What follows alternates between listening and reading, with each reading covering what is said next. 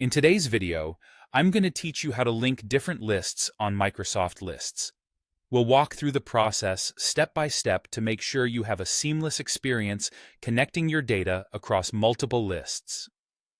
Let's get started.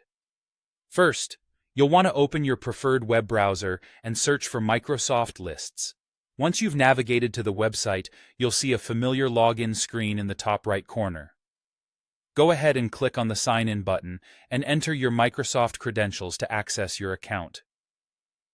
Now that we're signed in, let's focus on our source list. This is the list that contains the data you wish to pull into another list. If you haven't already created this list, you'll need to do so now. Think about the specific information you want to share and add the necessary columns in your source list. These will be crucial as they are the ones you'll be referencing in your target list. With your source list all set, it's time to move on to your target list. This is where you'll be displaying the data from your source list. Click on the plus add column option, and from the drop-down menu, select Lookup. This feature is designed specifically to help you establish a relationship between the two lists. Here, you're going to choose your source list from which you want to pull information.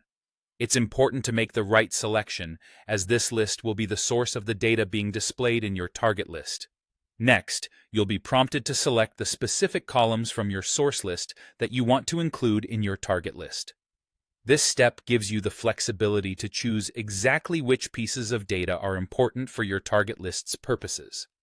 Be sure to pick the columns that will provide the most value to your workflow. Once you've made your selections, it's crucial to save your changes. Take a moment to ensure everything is correctly configured. Now, here's where the magic happens. After saving your settings, whenever you create a new item in your target list, you can select values from your linked source list. This action will automatically pull in the associated data, thereby keeping your lists interconnected and up to date. By following these straightforward steps, you've successfully linked different lists on Microsoft Lists.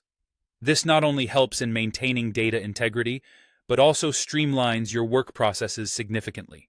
Hopefully, this tutorial has made it easier for you to manage and synchronize your data across different lists. Thank you for joining me today as we went through this process.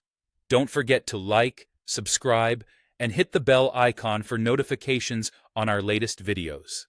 Happy listing, and see you in the next tutorial.